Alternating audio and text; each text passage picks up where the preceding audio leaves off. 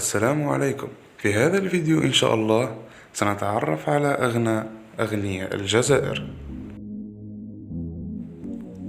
في المرتبة العاشرة رحيم عبد الوهاب 100 مليون دولار، مالك مجمع أرجيس ومالك فندق هيلتون. في المرتبة التاسعة عبد الحكيم كرار 200 مليون دولار، مالك شركة بيو فارم للأدوية. ثامنا رضا كونيناف 350 مليون دولار، رئيس مجمع كو جي سي. سابعا جلالي مهري 500 مليون دولار، نصف مليار، مالك سلسلة فندق رويال ورئيس مجمع الغزال الذهبي بواد سوف. سادسا العيد بن عمر 800 مليون دولار، مالك مجمع عمر بن عمر للمعجنات.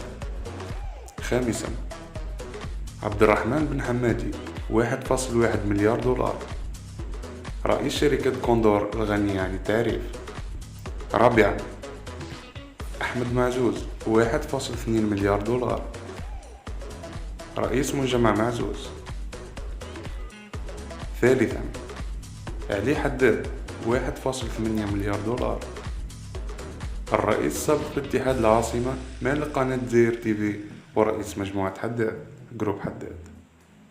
ثانيا محي الدين طحكوت 2.5 مليار دولار، مؤسس شركة طحكوت للنقل الجماعي ومالك شركة سيما موتورز لتجارة السيارات.